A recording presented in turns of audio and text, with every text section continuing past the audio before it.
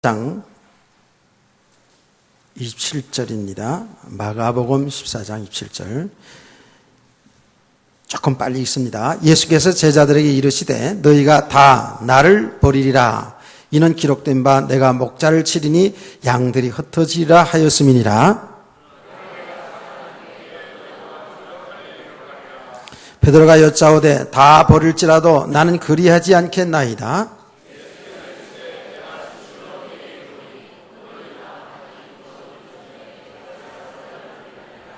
베드로가 힘있게 말하되 내가 주와 함께 죽을지언정 주를 부인하지 않겠나이다 하고 모든 제자도 이와 같이 말하니라.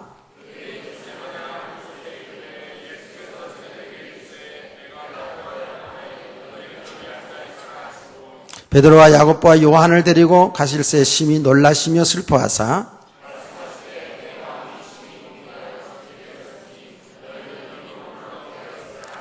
조금 나아가서 땅에 엎드려 될 수 있는 대로 이때가 자기에게서 지나가기를 구하여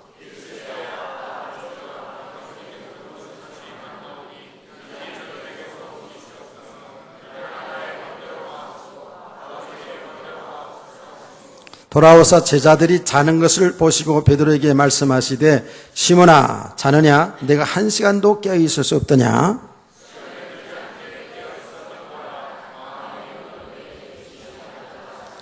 다시 나아가 동일한 말씀으로 기도하시고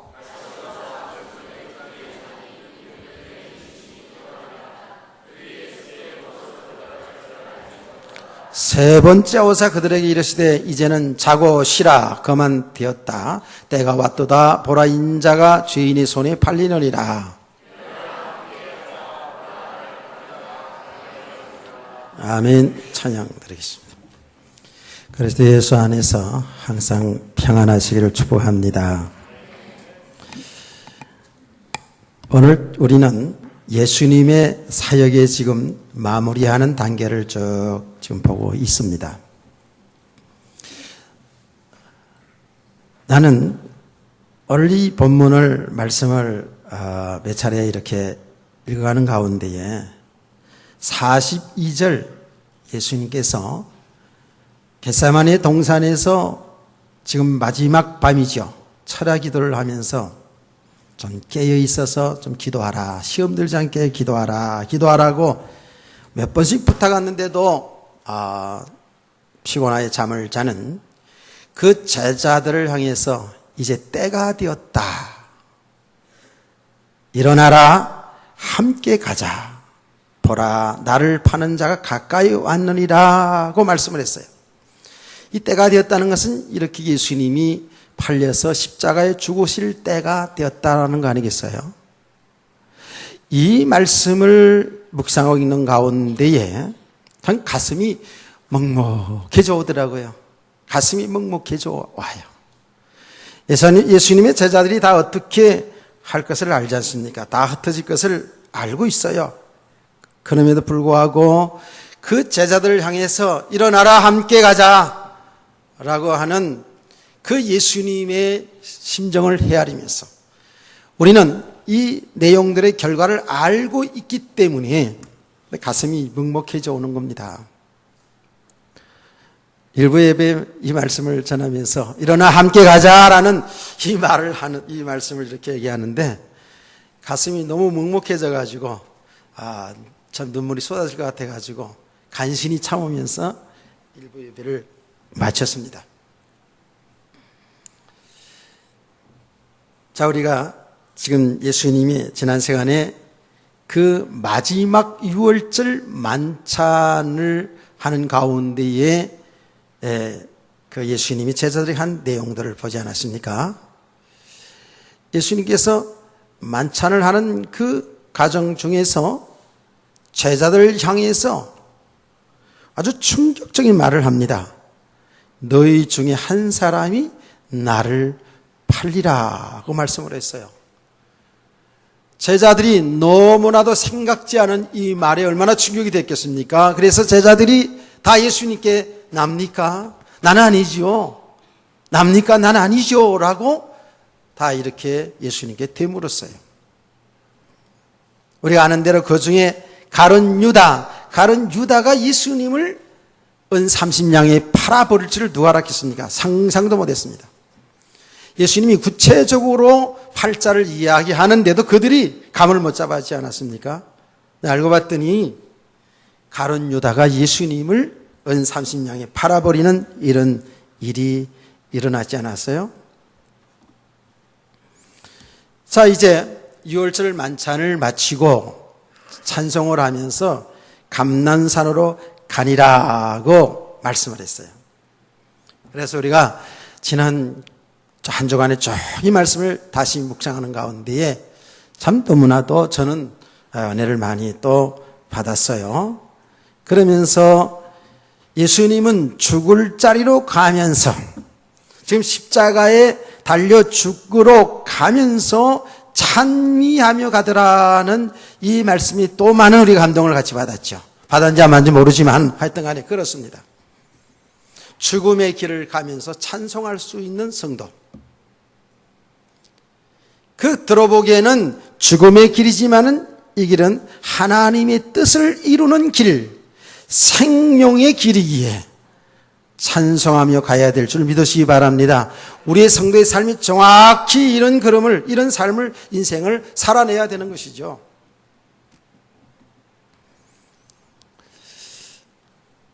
자, 이제 감난사로 나가면서 예수님은 더 충격적인 발언을 하셨어요. 제자들에게 뭐라 했습니까? 너희가 다 나를 버리리라 그랬어요. 아니, 제자들 중에 한 사람이 나를 배반할 자가 있다고 말을 했는데 이제는 너희가 다 나를 버리리라 이렇게 말씀을 했어요. 이게 얼마나 충격적인 말이냐고요. 우리가 지금 예수님의 그 사역의 사건을 객관적인 입장에서, 3자의 입장에서 또 이루어진 사건을 보고 있으니까 그렇지, 그 당시 현장으로 돌아가 보면 사실은 제자들에게 있어서는 충격적인 말이면서 아주 자존심 상하는 말입니다. 너희가 나를 다 버리리라 이렇게 말씀했어요. 그러면서 그러나 내가 살아난 후에 너희보다 먼저 갈리로 가리라. 예수님은 항상 당신이 죽고 사는 부활되는 메시지를 늘 했어요. 그럼에도 불구하고 제자들은 그 부활의 예수님, 그래서 부활된 예수님을 다시 만날 그 부분은 전혀 듣지 못하고 언제든지 자기들의 수준으로, 자기들의 기준으로 말씀을 듣습니다. 그래서 예수님께서 예수님의 제자들이 주는 그리스도시고 살아계신 하나님의 아들입니다라고 고백했을 때 예수님은 비로소 당신이 이 땅에 오신 목적을 이야기하지 않습니까? 이 땅에 오신 목적, 내가 앞으로 예루살렘에 올라가서 그 바리새인 서기관들 대제사장 종교 지도자들에게 고난을 당하고 그리고 죽는다, 죽는 후에, 죽은 후에는 다시 3일 만에 다시 살아난다라는 이 부활 메시지까지 했는데 제자들은 부활한다라는 것은 도대체 이 말이 무슨 말인지도 들리지도 않았고 이해도 되지 않았고 죽는다라는 이 말 때문에 그리하지 마옵소서라고 예수님을 막았던 사건을 알지 않습니까?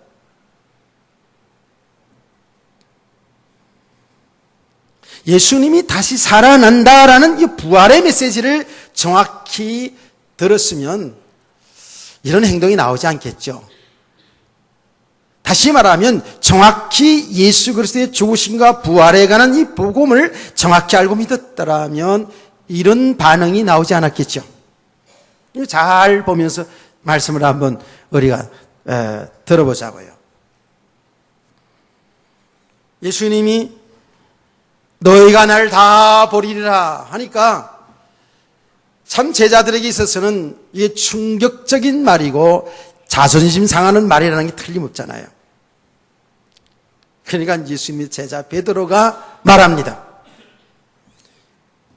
이 사람들이 다 버릴지라도 나는 그리하지 않겠나이다.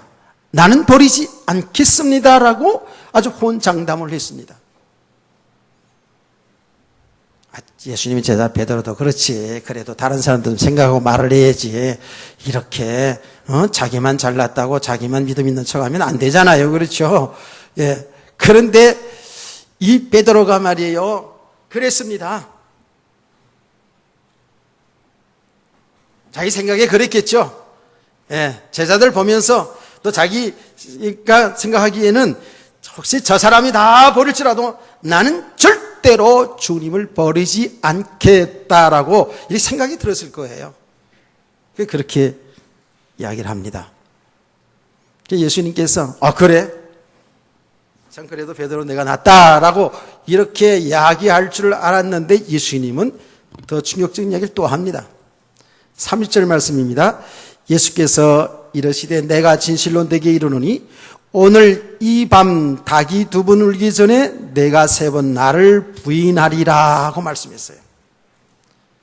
그러니까 이 밤에 그래 새벽이 오기 전에 대개 닭은 새벽에 울잖아요. 새벽이 오기 전에 이 밤에 내가 나를 3번 부인하리라고 아주 상황을 정확히 설명하면서 자세하게 베드로에게 말했다니까요. 여러분 생각을 해보세요. 이게 얼마나 자존심 상하는 일이냐고요. 다른 제자들 앞에서 말이에요. 예수님은 말하자면 제1수제자라고 얘기하는데 제가 말이에요. 제가 여러분에게 우리 권사님들에게 앞에 있는 권사님들에게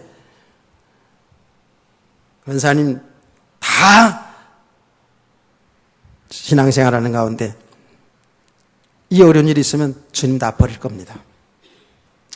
주님 다 배반할 겁니다. 아마 교회도 떠날 거리요. 나도 떠날 거리요. 이렇게 이야기한다고 합시다. 여러분 화나겠소 안 나겠소? 화나겠어 안 나겠어요? 얘기 좀 해보자고요. 예. 아니 이 말씀을 우리의 말씀으로 한번 들어보자니까요. 제가 늘 말씀하잖아요. 이 이루어진 이 사건 이런 내용들을 통해서 우리 자신의 신앙을 잘 볼 수 있어야 된다라고 말씀하지 않았습니까? 이게 오늘 우리에게 주신 메시지가 돼야 된다고요. 여러분 어떻습니까? 나는 나 같으면 말이에요. 내가 지금 내 마음속에는 예수님을 위해서 이 복음을 위해서 생명 걸겠다라는 마음 딱 있어요. 죽으면 죽으리라 하는 그런 마음이 있다니까. 그런 마음이 있는 나에게 예수님께서 전 목사 너 아무리 봐도 나를 버릴 것 같아. 그러면 어떡겠어요? 이 자존심 보통 상하는 게 아니야 이거. 그런데 그것도 나 혼자 있을 때에 이야기했다면 좀 말이 틀려져. 근데 여러분과 다 같이 있는데 너 아무리 그래도 아무리 강대성이 떠들어도 너 나를 버릴 거야. 구체적으로 오늘 밤 안에 닭이 울기 전에 3번 날 부인할 거야 라고 있기까지 그렇게 말한다면 저는 발끈할 것 같아요. 저도 얼굴이 붉게질 것 같아요. 저도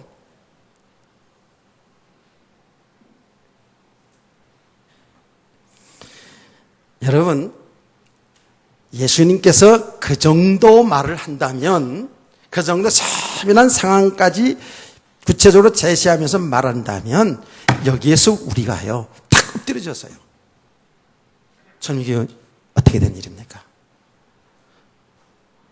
내가 모자란 건 알지만 나는 주님 버리고 싶은 마음, 주님 함께 가고 싶은 마음이 있는데 이게 어쩌면 좀 좋습니까?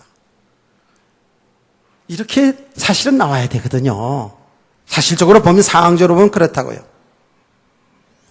근데요, 이 예수님의 제자 베드로뿐만 아니라 모든 제자들이 주님의 그 말에 인정할 수가 없어요. 정말 상처가 돼요. 정말 자존심이 상해. 그래가지고 예수님의 제자 베드로가 또 뭐라고 말합니까? 힘있게 말했어요. 강조하는 거예요. 자기의 그 의지를 보여주는 거죠. 주님을 버리지 않는다는 그런 의지를 보여주는 겁니다. 힘있게 말하되 내가 주와 함께 죽을지언정 주를 부인하지 않겠나이다 라고 했어요. 다른 복음서에 보면 뭐라고 했냐면 내가 감옥에도 가고 죽는 자리에 가더라도 주를 배반하지 않겠습니다. 주를 버리지 않겠습니다 라고 이렇게 말했어요. 그랬더니 예수님의 다른 제자들 다 함께 뭐라고 그랬습니까? 맞습니다. 예. 우리는 절대로 주님과 함께 가겠습니다. 주를 부인하지 않겠습니다. 죽는 한이 있더라도 주님 부인하지 않겠습니다. 라고 이렇게 다들 장담했어요. 우리는 이 내용의 결과를 알고 있습니다. 예수님이 말한 그대로 그들은 이미 도중에 제자들 다 도망가 버렸고, 예수님이 잡혀가는 과정 속에서 이미 다른 제자들은 다 도망가 버렸고, 예수님이 12제자는 어떻게 되나 궁금해서 쫓아가긴 갔죠. 그래서 멀찍이 쫓아가다가 어떻게 했습니까? 예수님 말한 대로 닭이 울기 전에 3번 부인하지 않았어요. 3번 부인했습니다. 자, 여러분, 우리는 이 말씀들을 통해서 조금 세밀하게 들어가 보면, 우리 예수님은 우리를 정확히 보고 있다고요. 아멘. 우리 예수님의 눈은 저와 여러분을 정확히 보고 있어요. 여러분과 저의 믿음, 영적인 상태 수준을 정확히 보고 있다니까요. 우리는 엄청나게 잘하고 있는 것처럼 보여요. 글쎄, 신앙생활 오래 했고 성경도 많이 알고 직분도 있고, 그리고 우리는 복음의 내용도 잘 알고, 그래서 신앙생활 좀 믿음이 좋은 것처럼 생각하고 있고, 나는 신앙생활을 잘한다라고 이렇게 생각할 수 있지만, 우리 주님의 눈에는 정확하게 우리의 영적인 상태, 우리의 믿음의 수준을 알고 있다고요. 주님 앞에, 그 불꽃 같은 주님 앞에 우리가 어떻게 속이겠습니까? 속일 수가 없잖아요. 저는 하나님의 말씀을 통해서 이 복음을 알아가면 알아갈수록 말이에요, 이 영적인 세계가 눈이 떠지면 떠질수록요, 조금 눈이 열려져요. 그 세상 보는 역사를 볼 수 있는 눈이 열리시더라고요. 그래서 요새 제가 옛날에 배웠던 신학 서적들을 봅니다. 교회 역사도 보고, 또 여러 가지 교리적인 조직 신학 책도 보고, 책도 조금씩 보면 말이에요, 이제 제가 신학교 다니면서 공부할 때 학점 따기 위해서, 물론 은혜 받은 부분도 있지만 공부할 때 하고 지금 제가 책을 보는 거하고는 아주 차이가 나요. 제가 평신도 예수 믿어서 구원받았죠. 하나님의 자녀가 됐지 않습니까? 하나님의 은혜 속에서 성경을 정말 읽고 또 읽고 또 읽고 많이 성경을 읽었어요. 그때도 많은 은혜를 받았어요. 그런데 지금도 성경은 제가 꾸준히 지금도 성경을 봅니다. 이게 성경을 보는데 지금 제가 보는 거하고 그때 30-40년 전에 성경 보던 거하고 똑같은 성경이 다릅니다. 다르게 와닿습니다. 내용은 똑같은 내용인데 제가 은혜 받는 수준이 다르다니까요. 보는 눈이 열려진 것이죠. 영적인 눈이 열려진 것이죠. 제가 그런 이야기 하지 않습니까? 제가 시골에서 목회할 때에 꽤 한 30년 가까이 된 교회인데, 거기에서 거기서 잘하고 십장가 간 사람들, 쭉 신앙생활 하는 사람들이 거의 신앙생활 같이 오랫동안 신앙생활 했다고요. 그래서 똑같이 세례받고, 똑같이 집사되고, 똑같이 권사님도 되고, 똑같이 다 전도회장도 돌아가면서 하고 다 했어요. 그리고 늘 예배 드려요. 그런데요, 목회자의 눈, 주의 종의 눈에 보이는 사람들의 믿음의 키는 다르더라고요. 다릅니다. 똑같이 신앙생활에서 다 같은 것처럼 보이지만 말하자면 그 영적인 수준, 그 믿음의 키가 다릅니다. 신앙생활 오래 했는데도 불구하고 아직 어린아이 같은 신앙. 어린아이 같은 신앙은 뭡니까? 그냥 눈에 보이는 거. 그 먹고 싶으면 막 울고, 안 주면 울고, 먹으면 좋고. 이런 수준부터 시작해서 아주 성숙한 어른의 신앙도 있어요. 그건 눈에 보이지 않는 믿음의 키가 있다니까요.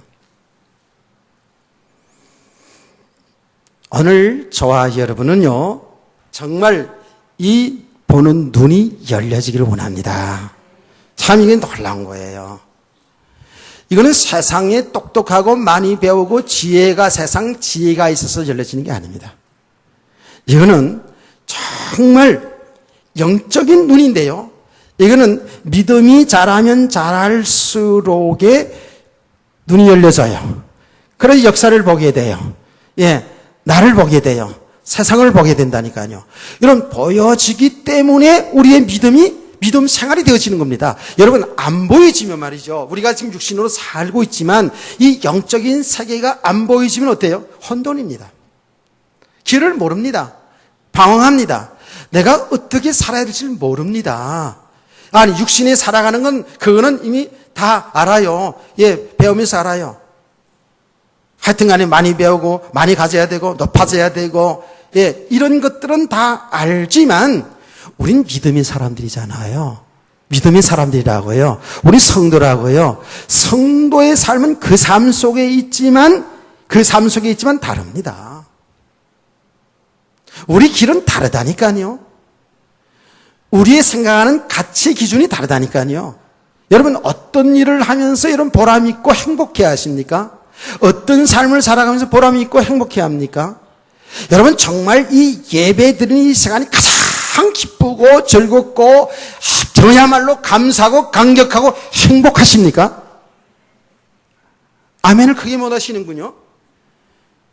여러분, 친구들, 동창들 만나가지고 호호 하하 하면서 좋은 음식 먹으면서 그때가 즐겁고 행복합니까? 그때는 안 죽으시겠죠, 그렇죠? 어떻습니까? 우리 서로 잘 얘기해 보자고요.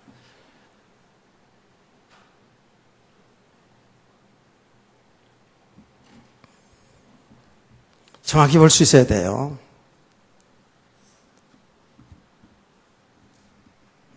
이거는 절대적이에요. 세상의 그 어떤 지식과 경험이 역사를 보는 눈이 있습니다.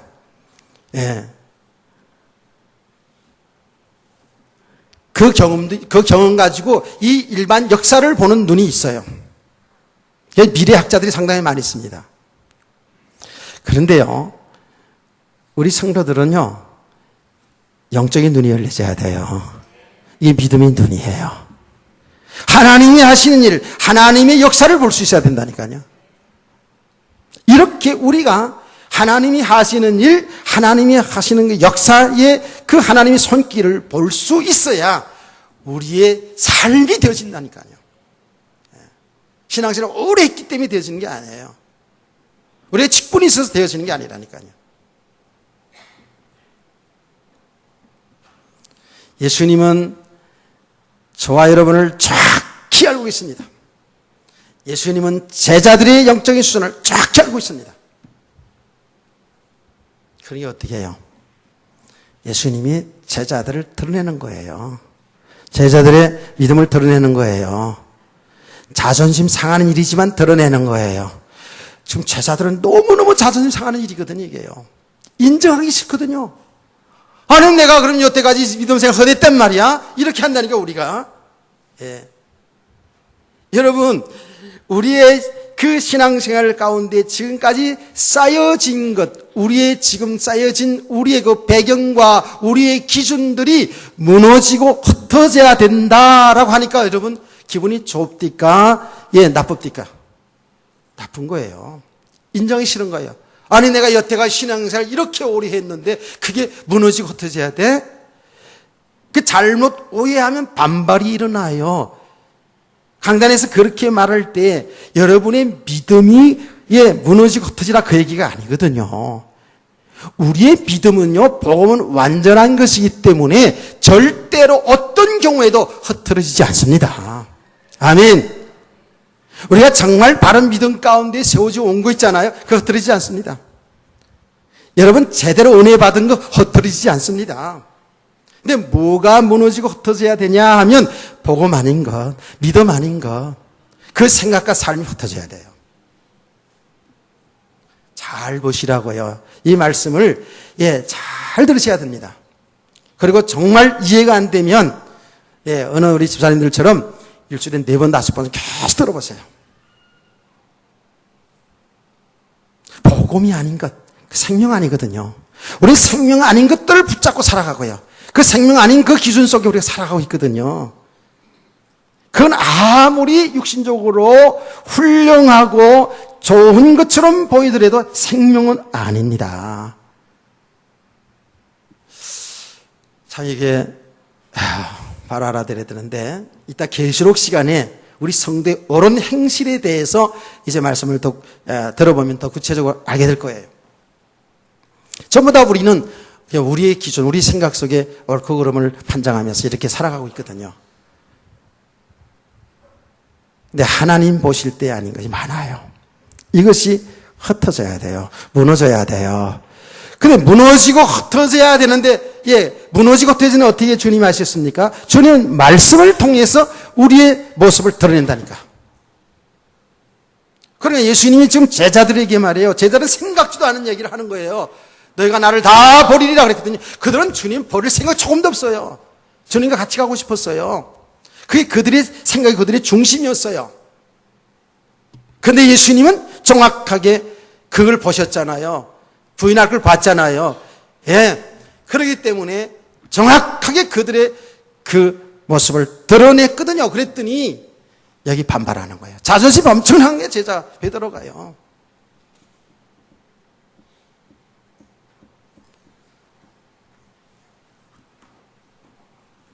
하나님 말씀을 통해서 드러내고요. 결국은 삶의 현장, 환경을 통해서 우리 모습 보게 합니다.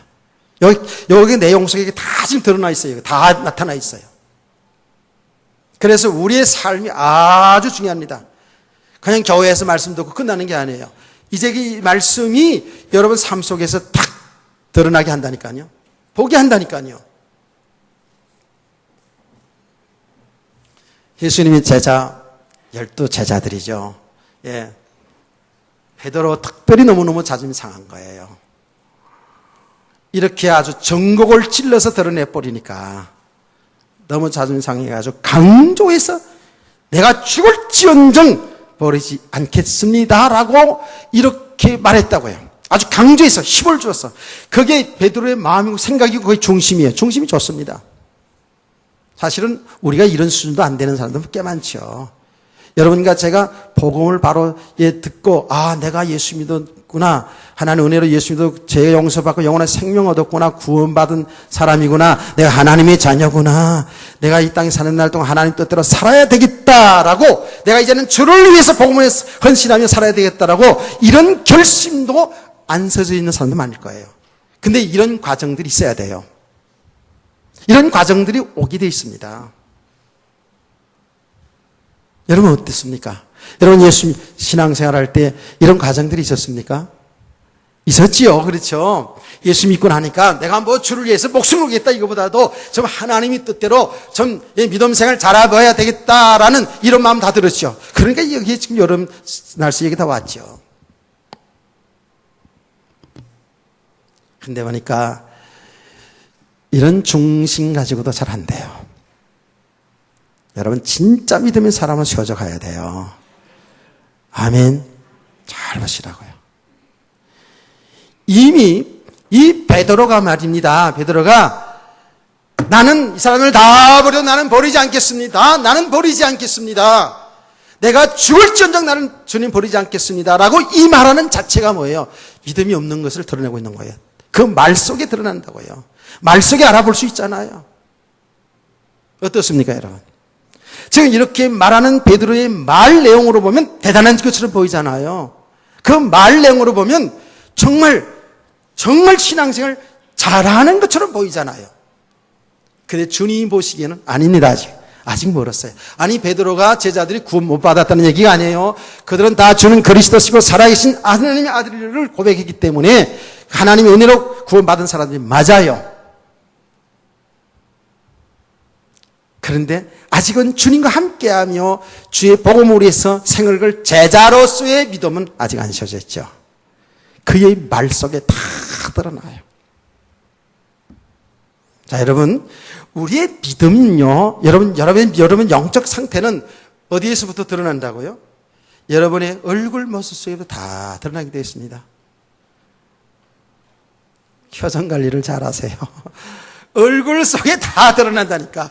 여러분 예배 드리는 모습 속에 여러분의 믿음의 수준이 다 드러납니다. 여러분의 말하는 것, 기도하는 것, 우리의 그 행동하는 것 하나하나 속에 우리의 믿음이 다 드러나게 되어 있어요. 믿음대로 말하니까요. 우리 생각대로 말하고 움직이니까요.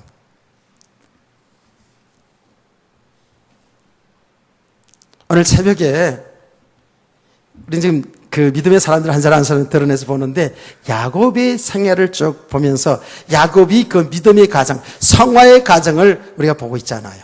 그런데요, 그 야곱이 믿음이 세워지는 그 가정 속에서 보니까 그의 말 한마디, 그의 행동이 다 볼 수 있어요. 제단을 쌓는 모습 속에서 그 야곱의 믿음을 볼 수가 있었고요. 흉년이 들어가지고 도대체 이제 굶어 죽게 되었어요. 아들들을 저 애굽의 곡식을 사러 보내면서 뭐라고 말하냐 하면 조금만 사와라 이렇게 말했어요. 그 말이 아무것도 아닌 것처럼 보이지만 이미 이 야곱은 정말 물질의 욕심에서 벗어난 사람인 것을 알 수가 있어요. 원래 야곱은 욕심쟁이였거든요. 어떻게든지 끌어모으려고 사람이거든요. 그런데 그래서 그 큰 거부가 부자도 되기도 해봤어요. 그런데 오늘 그 물질을 가지고 되지 않는 걸 알잖아요. 조금만 사와라. 물질이 욕심낼까 봐 자네들이. 그 말 한마디에 그의 영적인 상태가 드러나요.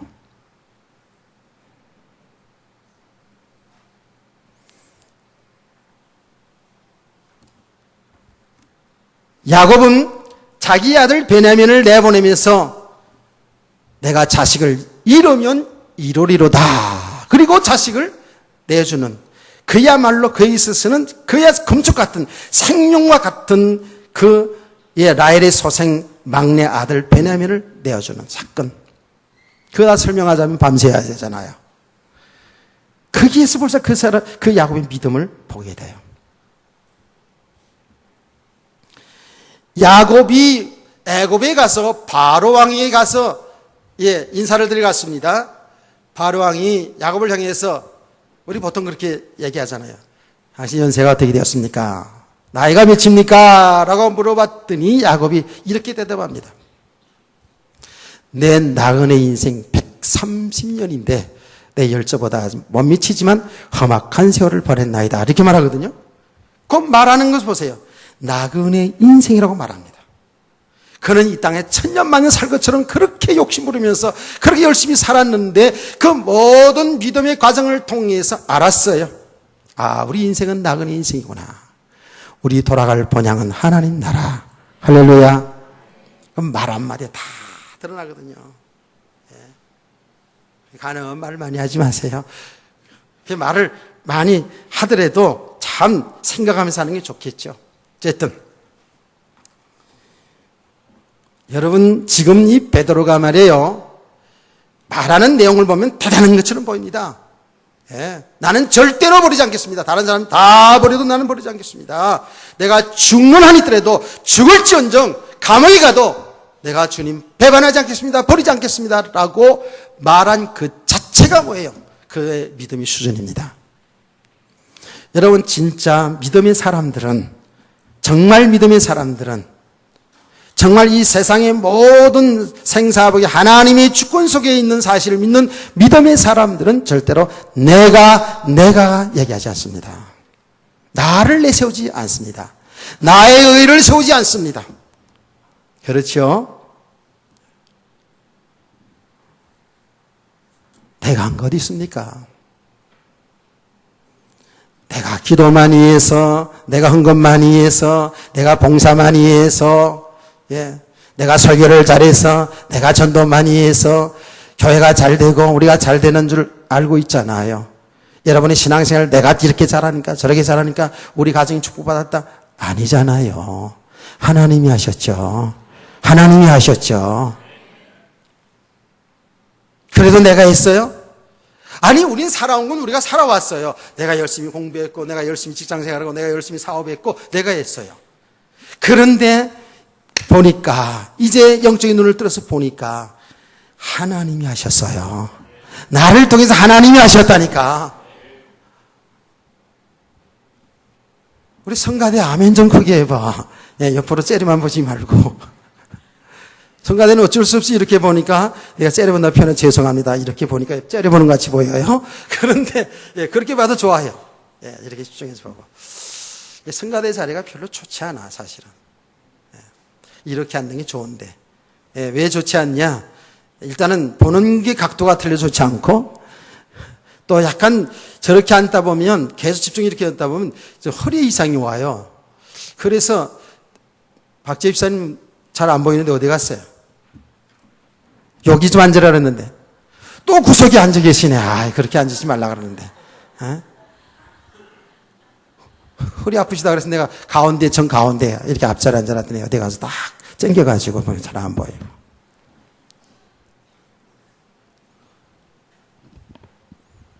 성가대에서 이렇게 놔버릴까? 우리 지휘자하고 같이 좀 얘기 좀 해야 되겠어. 옛날에 성가대에서 아멘 소리가 많이 나와서 얘기하는 거예요. 예. 너무 은혜 받다 보니까 지금 너무 집중해서 그렇죠. 보라고요. 진짜 그래요. 여러분, 진짜 믿음의 사람들은요, 많은 것을 하고도 내가 아닙니다 그랬어요. 하나님이 하셨습니다. 하나님이 하실 겁니다. 그렇게 말했잖아요. 요셉이 그렇게 말했잖아요. 바울이 그렇게 말했잖아요. 나의 나 된 것은 하나님이 은혜입니다. 다른 사람도 수고해서 내가 한 것이 아니라 하나님이 하셨습니다. 할렐루야. 진짜 믿음의 사람들은요, 예, 가면 갈수록 내 힘으로 사는 게 아니에요. 하나님의 은혜면 살 수가 없어요. 그래서 모든 영광 하나님께 돌리는 겁니다. 그 믿음이 안 될수록 베드로처럼 뭐예요? 자기 의를 내세우는 거예요. 내가 복음이지 그러니까. 내가 뭘 잘했어? 우리 가정이 내가 잘했어. 내가 수완이 좋아서 된 줄 안다니까요. 우리 그렇게 착하고 살 때가 많이 있어요. 여러분, 그래서 여러분이 공부하지 말고, 여러분 직장생활하지 말고, 사업 때문에 연구하지 말고, 노력하지 말고, 성실하게 살지 말라는 게 아니에요. 그 모든 것 속에 하나님이 은혜로 되시는 거라고요. 아멘. 뭔 내가가 입니까? 우리는 진짜 정확히 봐야 돼요. 우리가 하나님 은혜 아니면 하나님 은혜로 생명 얻었잖아요. 그렇죠? 생명 얻은 자, 하나님 함께하는 자거든요. 하나님 은혜 아니면 아무것도 아니에요. 그냥 티끌이야 티끌. 그런데 우리는요, 저와 여러분이 그래요. 얼마나 좀 육신의 배경 되어지면 그거 나타내고 자랑하고 싶어가지고 그 배경 쌓고 얼마나 또 교만하고 자기 의의를 내세우는지 개인, 가정에서, 교회에서 말입니다. 지금 베드로가 지금 이 모습이에요. 다른 사람은 다 버릴지언정 나는 버리지 않겠다는 거 제가 최고라는 거예요? 자기 의의가 얼마나 강했는지 몰라요. 나는 죽을지언정 버리지 않겠다. 그 마음은 좋아요. 중심은 좋아요. 그런데 여러분, 그것도 은혜입니다. 죽는 것도 은혜입니다. 우리는요, 이제 정말 여러분이 좀 껄끄러워도 인정이 싫어도 이제 말씀을 통해서 우리 자신을 잘 볼 수 있어야 돼요. 그리고 내려놔야 돼요. 아멘. 예수님은 정확히 제자들을 사랑하시기 때문에 자신이 상하게 상처 주려고 얘기한 게 아니에요. 망신 주려고 얘기한 게 아니라고요. 진짜 믿음의 사람을 세워줘야 그게 복이기 때문에. 아멘. 그런 겁니다. 째려보지 말고 진짜 아멘으로 받아야 돼요, 말씀을.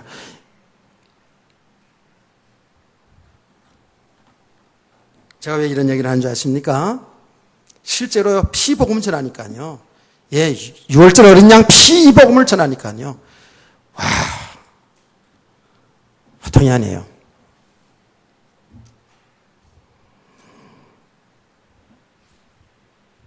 자, 그러면 보세요. 제자들의 믿음이 말이에요. 믿음이, 여기 지금 드러난 모습은 너무 훌륭하잖아요. 너무 잘하는 것처럼 보이잖아요. 근데 그 제자들의 믿음이 어떻길래 우리 결과를 알고 있어요. 다 중간에 글쎄 도망가냐고요, 글쎄. 이들이 말한 것 같으면 얼마나 신앙이 좋아요. 우리는 절대로 주님과 함께 죽겠다고 이렇게 말한 그들의 모습은 얼마나 신앙이 좋게 보이냐고요. 훌륭해 보이잖아요. 대단해 보이잖아요.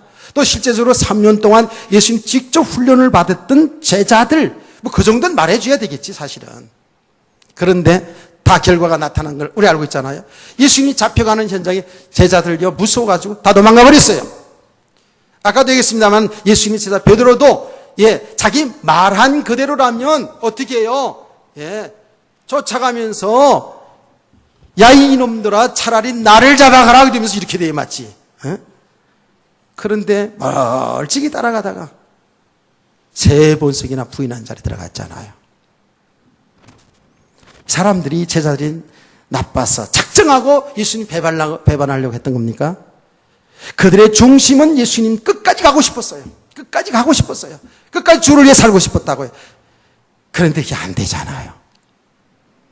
그러면 예수님 제자들이 믿음이 왜 이럴까요? 그들은 예수 그리스도를 믿는데도 불구하고 정말 그리스도를 바로 알지를 못했어요. 그들의 믿음의 수준은 거의 육신적인 수준이었어요. 그 말은 여러분 제가 누차 설명했지 않았습니까? 제자들뿐만 아니라 이스라엘 백성들의 그 메시아간 그리스도에 관한 생각은 다 육신적이었다고 그랬죠. 그 땅에 그리스도가 오실 것을 그들은 성령을 통해서 알고 있었어요. 그래서 그 그리스도가 오면은 그 나라를 잘 사는 나라로 저 로마의 그 식민지에서 해방을 시켜서 그야말로 잘 사는 나라로 만들어줄 그리스도를 기다렸다고요.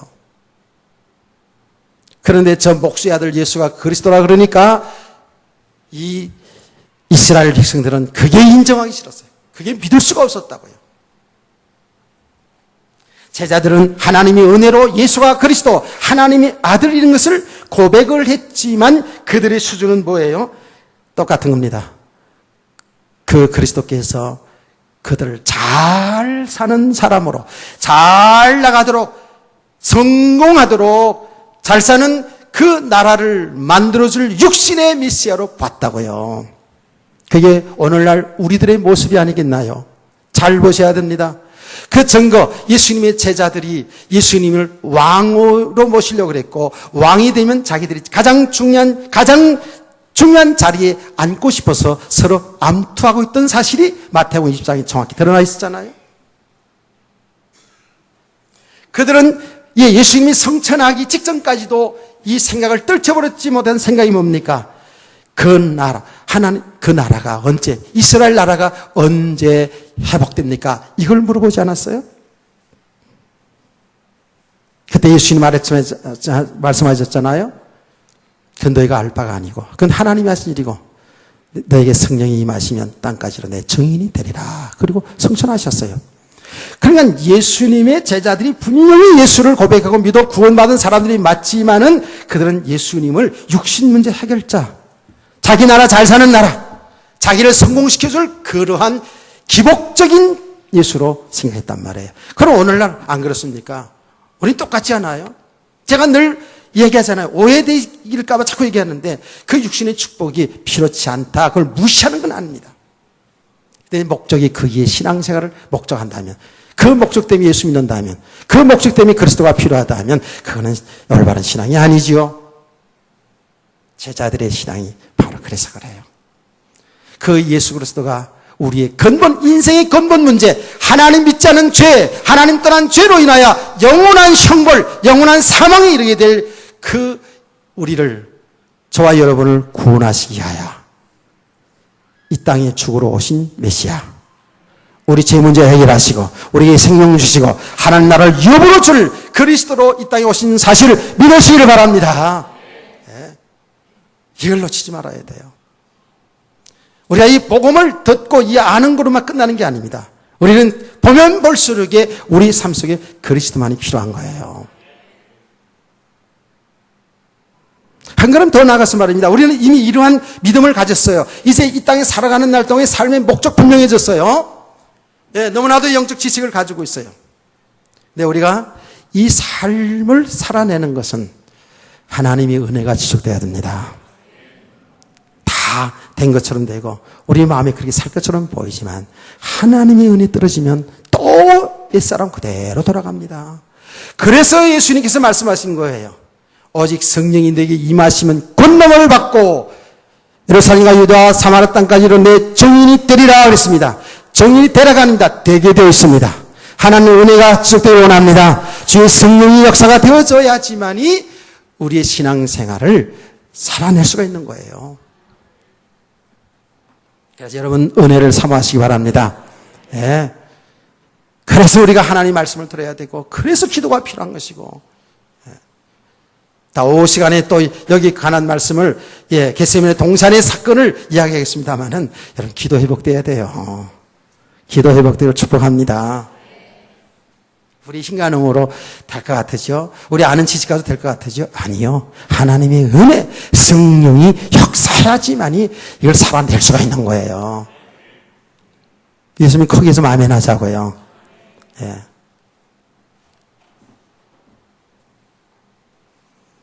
다시 말하면 그들이 정확하게 예수 그리스도에 대해서 바로 알고 바로 믿지 못해서 그렇다는 거예요.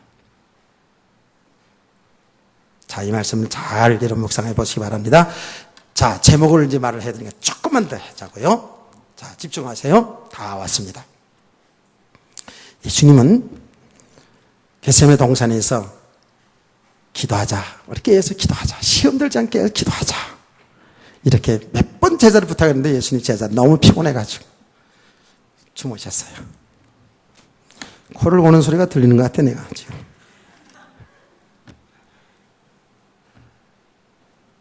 예수님 이해했어요. 피곤해서 나 자는구나. 이해했어요. 그런데 예수님은 지금 앞으로 되어질 일을 바라보면서 깨어 기도하자. 시험 들지 않게 깨어 기도하자. 그런데도 못해요. 그런데 예수님께서는 밤새도록 철학기도 하시고 알았어요. 하나님 뜻이 죽는 거라는 걸 알았어요. 예수님은 제자들에게 와서 얘기합니다. 일어나라. 함께 가자. 일어나라. 함께 가자. 우리 함께 갑시다. 일어나서 함께 갑시다. 지금 일어나는 게 말고 영적으로 일어납시다. 아멘.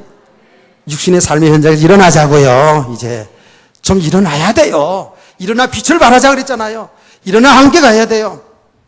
언제까지 쭉 주님 오시는 그날까지 우리 함께 갑시다. 아멘 하는 사람 함께 가기 싫은 모양이다. 일어나라 함께 가자라고 말씀했어요. 자, 이 말씀을 정말 묵상하면서 많이 마음이 먹먹해졌다 그랬잖아요. 예수님은 지금 제자들이 3번씩 부인할 것도 알았고요. 제자들이 도망가고 흩어질 거 다 알았잖아요. 알았어요. 그런데 왜 일어나 함께 가자 그랬을까? 차라리 그냥 자는 거 보고 아이 잘 자라 피곤하다. 피곤해 보이는 건 잘 자라 그러고 나만 함께 예수님만 함께 그냥 십자가 죽으러 가는 거잖아요. 그렇죠? 십자가에 못 박혀 죽으러 가는 그 현장이에요. 제자들 뻔히 알아요. 도망치고 부인할 거 다 알아요. 예수님이 제자가 3번씩 부인하면 자기에게 상처될 말을 할 걸 다 알아요. 예수님이 제자 베드로가 그랬잖아요. 그 관정뜰에 앉아가지고 예수님 보는 앞에서 뭐라 그랬어요? 내가 예수의 제자라고, 내가 제자라고? 말도 안 되는 소리야. 내가 예수님의 제자면 내가 전씨가 아니야, 박씨지. 막 이러면서, 박씨 죄송합니다. 이렇게까지 혼장담하면서 예수님 앞에서 3번씩이나 부인하지 않았어요. 예? 그럼 예수님이 사실인가 얼마나 상처된 말이냐고. 예. 생각해보자고. 여러분이 내 앞에서 말이죠. 앞에서 그렇게 부인하는 말을 했다 그럽시다. 보통 상처가 되는 일이 아니잖아요. 이거를 예수님 몰랐어요? 다 알잖아요. 예수님 다 말한 건데. 그럼에도 불구하고 예수님은 제자들을 일어나라 함께 가자고 얘기했어요. 함께 갑시다. 자, 끊임없이 많은 분들에게 우리 함께 갑시다. 함께 합시다. 주님 오시는 그날까지 이 복음문에서 함께 합시다 라고 그러는데 많이 간 사람도 있어요. 근데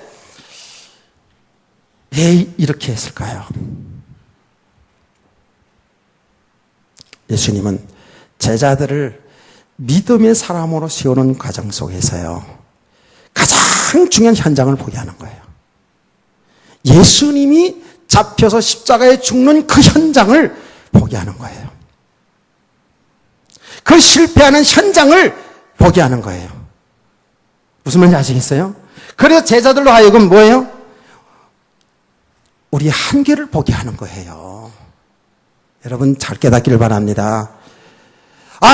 그 피곤해 잠자는 제자들 그냥 겟세마네 동산에 잠자고 그냥 혼자 가서 죽어도 되는 거예요. 나는 이 이야기를 하면서 우리 아내 생각이 나더라고요. 어떤 생각이 나냐? 어떤 날 새벽 기도 일어날 때 보면은요, 어부가도 모르게 그냥 코를 골면서 주무 있어요. 코를 당신 안 건다고 막 우기지만 나만 건다고 코 건다고 얘기해요. 그런데 정신을 잠을 자요. 너무 피곤하게 흔들어도 몰라. 이럴 때가 있어요. 아이고 얼마나 피곤하겠노.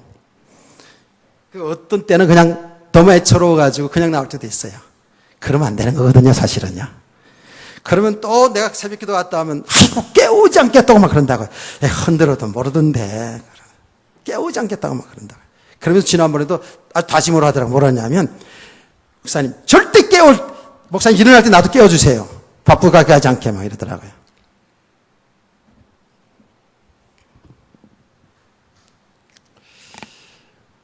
자, 왜 피곤한 사람을 깨워서 데리고 가냐?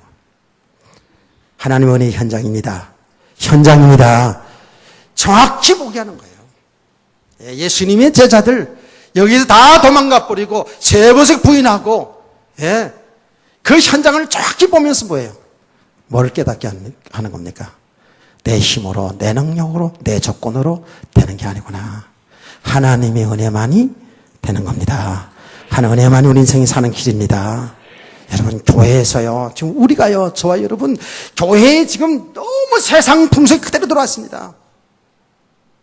교회도 막 여러 가지 힘을 얻기로 오네요. 아니요, 하나님 그걸 가장 싫어하십니다.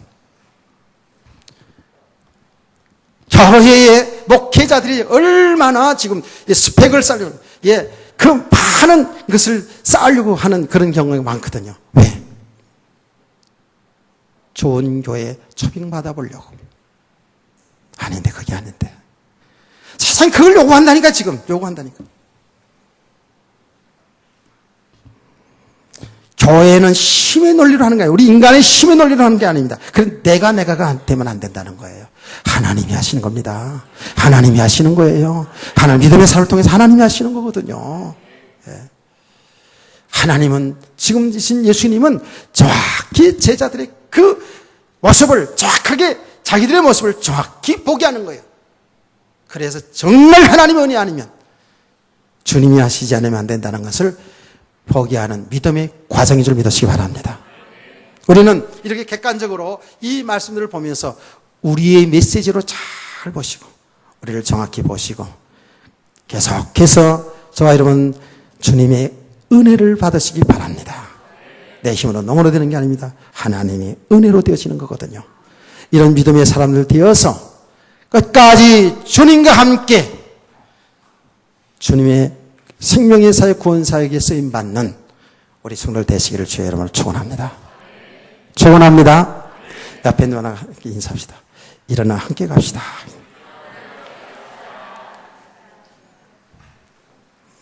오늘 약속했어요. 은혜를 지속하시기를 다시 한번 부탁드립니다. 다 같이 찬송가 406장을